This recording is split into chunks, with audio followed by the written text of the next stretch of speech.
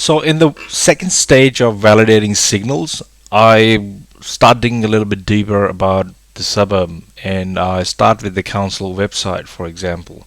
So I'll go to the council website, for example, Frankston Barrick, and I've got some details about Perth and Brisbane as well, which I'll add to this. So I've got them open here. So when I go to the website, what am I looking for? This is City of Casey. This is the council for Barrick. And what I'm looking for is stuff like what's happening in the planning scheme. Is there something else coming up? For example, Department of Transport Planning, they've got some planning scheme published here, which will talk about what's happening in that council. So basically, what's happening in and around Berwick, for example. Same with Frankston. I'll be looking at, for example, I found on Frankston City Council website, I found Jubilee Park Master Plan. They've got something developing here, so you can download it and you can read through it, where the development's happening, what have they planned, when do they finish, when do they start, and all such details, because that gives me some confidence. Okay, I'm going to buy an investment property or a property to develop in this area. What sort of infrastructure is this area going to support later on, or already supports, or is there an upgrade to the same infrastructure happening? So that's what that tells me.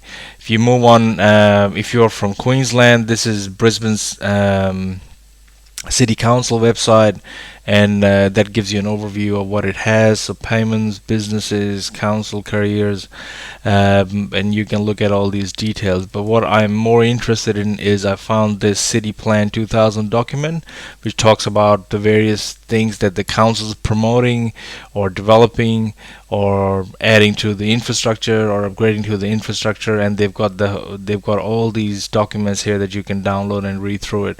So if you were thinking of developing in Brisbane, for every developer, I think any city plan or any council plan, or like for example in Melbourne we've got Melbourne 2050 plan, it is very imperative. It is imperative that you actually read through it, because that gives you an overview of what the government's doing to actually develop the city.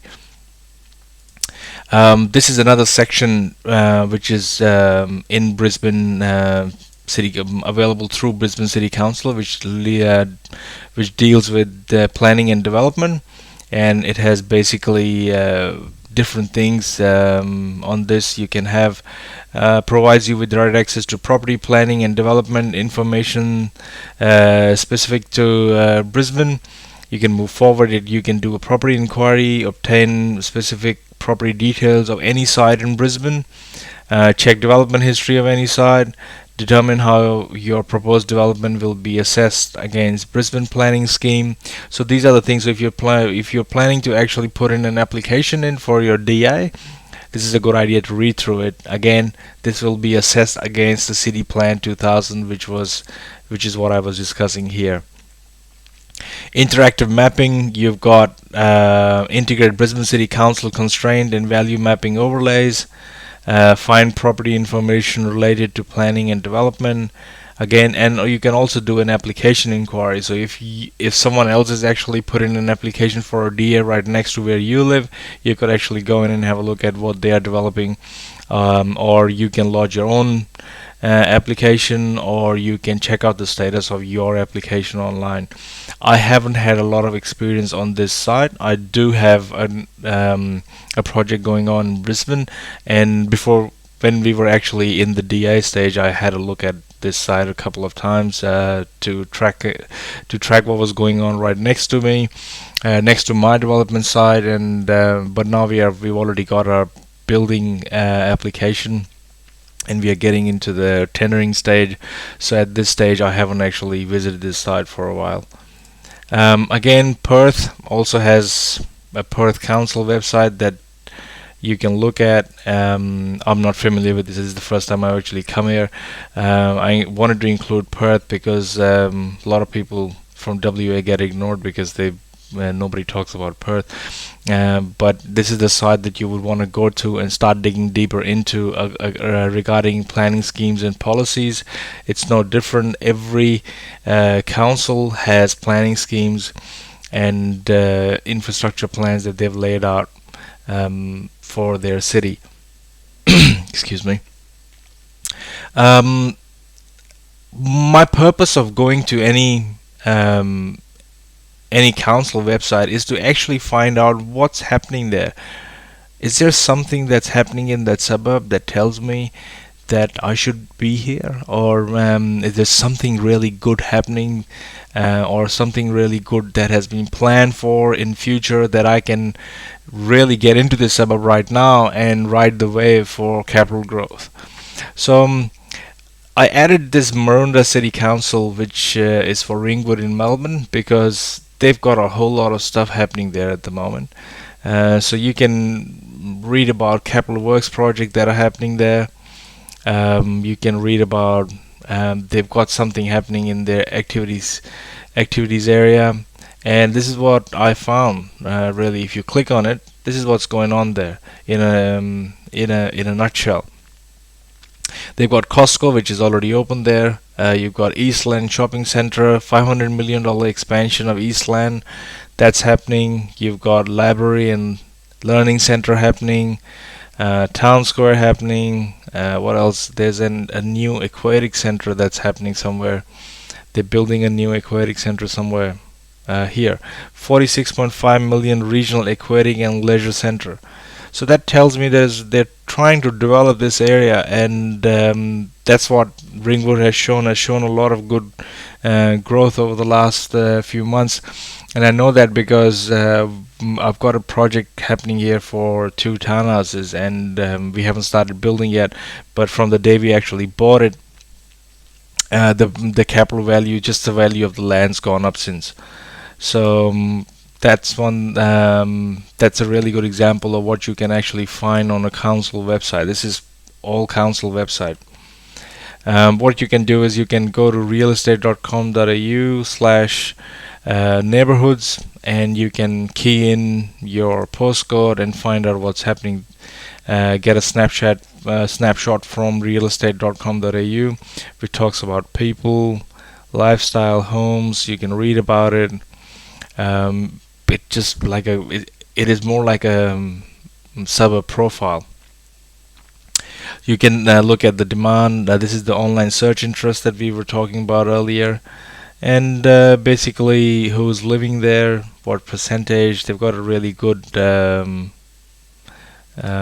interface, and yeah, it's got some pictures of what's going on and what you can do. This is another site, Property Observer. I use it as a news site. I read it regularly because this gives me the pulse of the market, and this also has similar data, rental data, price data, and again for houses and units. You go down, you've got dwelling types, landlord type, so you can hover over the section and it'll tell you what it is. That basically tells me 60% of the properties are managed by real estate agents that are on rent. Ownership type, this is again the same thing. So you look at this, there's 25.9% properties are being rented in the area, 33% are being purchased. Then you've got fully owned, 32.7, not stated. I don't know what that is, which is other. So it's like a demographic bird's eye view of that suburb.